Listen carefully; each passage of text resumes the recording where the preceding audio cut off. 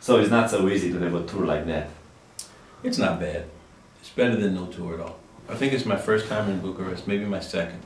And the first was with Art Blakey 30 years ago. Wow. At the beginning of your career? Yeah. You started with Art Blakey? Mm-hmm. Wow. What a great drummer. Yeah, he was fantastic. What was the main artistic goal with this Metamorphosen album? It's the same for us. The same. Heritage, using heritage. No, it's just, look, you practice, you try to get better. I mean, I know there are a lot of people who, you know, they have these ambitious goals. They want to invent music. They want to invent their concept. I'm not that ambitious. You know? Is there something to invent more on any instrument? I mean, personally, you know, in Western music, you have 12 fucking notes. Now, if you invent the 13th note, okay, you've invented something. But just based on simple mathematics in the history of the world, there is no combination of notes that I'm going to play that hasn't already been played. So I just think that at some point in the late 1960s, particularly in the United States, but I think, you know, in Western Europe, there's suddenly become this focus on one's personal identity. Their personal identity is more important than their national identity or their, you know, continental identity. So when you listen to music, I don't care where you are around the world, it's generally a celebration of a culture or a group or a person or an event. And you have a lot of musicians, and when they play, they're celebrating themselves. It's a single sort of self-worship. So they're really interested in inventing a new style and saying the old styles aren't so important. And it's just not, it's never been a problem for me. It's never been an obsession of mine. So with the band, we try to identify problems that we have personally and as a group, and we try to practice to eliminate the problems. And one of the things that was interesting about this record was that we were able to achieve, on the really intense songs, we were able to achieve a high level of intensity with every solo, and they just weren't as long as they had been in other records. You know, like I think on Bragtown, the first song is 18 minutes long. And I'm not opposed to an 18-minute song. Song needs as long as it needs. But it was interesting to me that we had songs that are similar in intensity, and we naturally just played shorter solos, but they still maintained the same level of intensity. And I think that's why it's a progression for us as musicians, as individuals, and as a group. Regarding your group, what a line. Pretty good guys. What a line. Yeah. We were all, of course, interested where did you find that young fellow on the drums? Oh, they're around. Of course.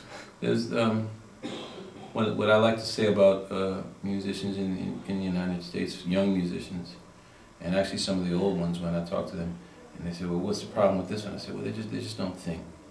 You know, a lot of musicians don't think, and they don't hear the music. So a kid like Justin, who's been playing jazz gigs since he was 12 years old in Philadelphia, a lot of musicians have heard him, but they didn't hear him. Incredible. They don't think. Yeah.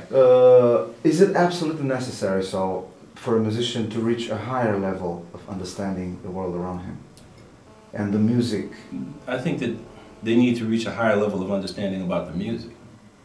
They do need to be aware of the world around them. The world, not just their region, the entire world. Yeah. They need to be aware of the world. All great musicians have always been. But I'm amazed at one of the things that's really funny about Justin playing in our group is he's done a lot of jazz gigs, and he's so used to the way musicians play when they're not thinking, because you know all musics have a system. You know, if you want a blues, at the end of the blues, everybody goes bum bum bum bum bum bum bum bum bum bum bum bum bum. Everybody knows it. So I say, well, why don't we end it a different way? There are other ways to end blueses. If you listen to old records, there are other endings guys use. Boom, boom, boom, boom, boom, boom, boom, boom, boom, boom, or just a dead stop or a long tone. So I try to find the endings that aren't so obvious. And it's a little thing. Like yesterday we were playing a song and Justin was taking a solo. And I played first. And then we have these musical cues. It's an old jazz song called 52nd Street Theme, the Thelonious Monk. Yeah. And we have these musical cues, and the musical cues throw it to the drummer.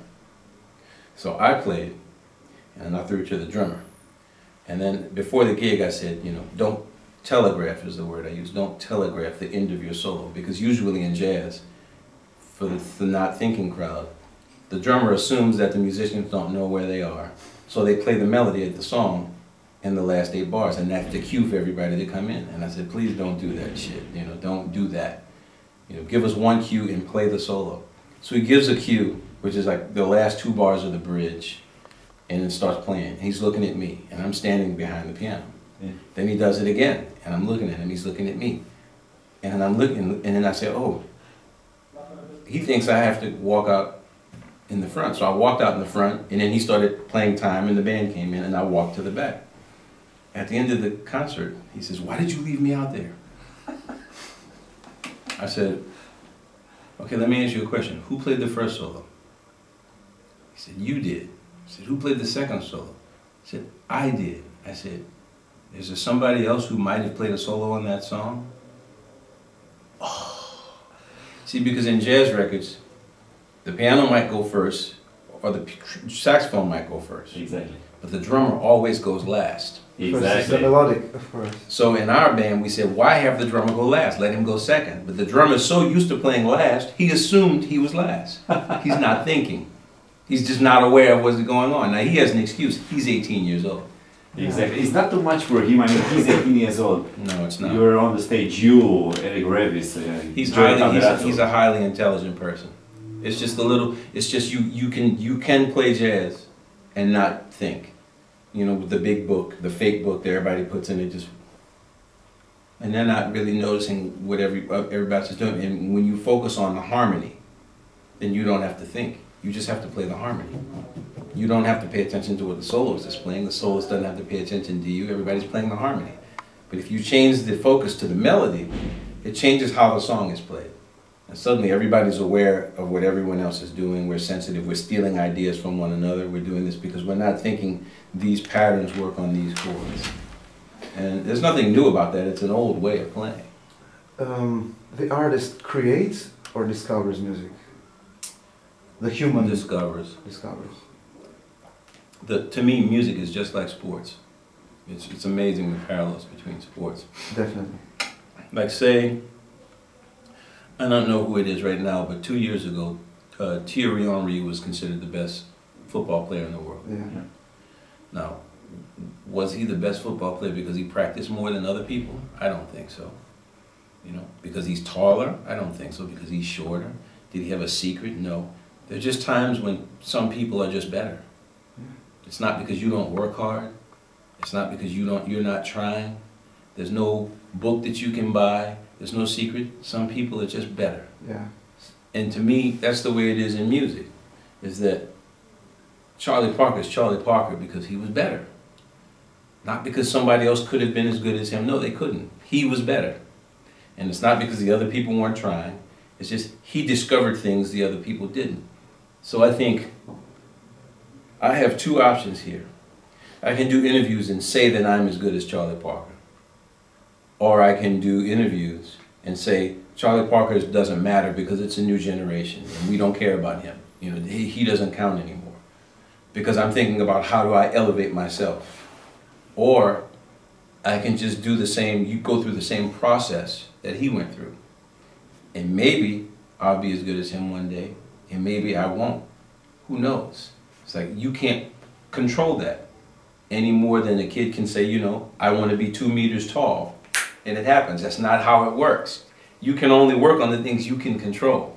So with our band, we only work on the things we can control. We listen to music, we try to get better, we try to identify problems in places we're not good, and we try to improve those things.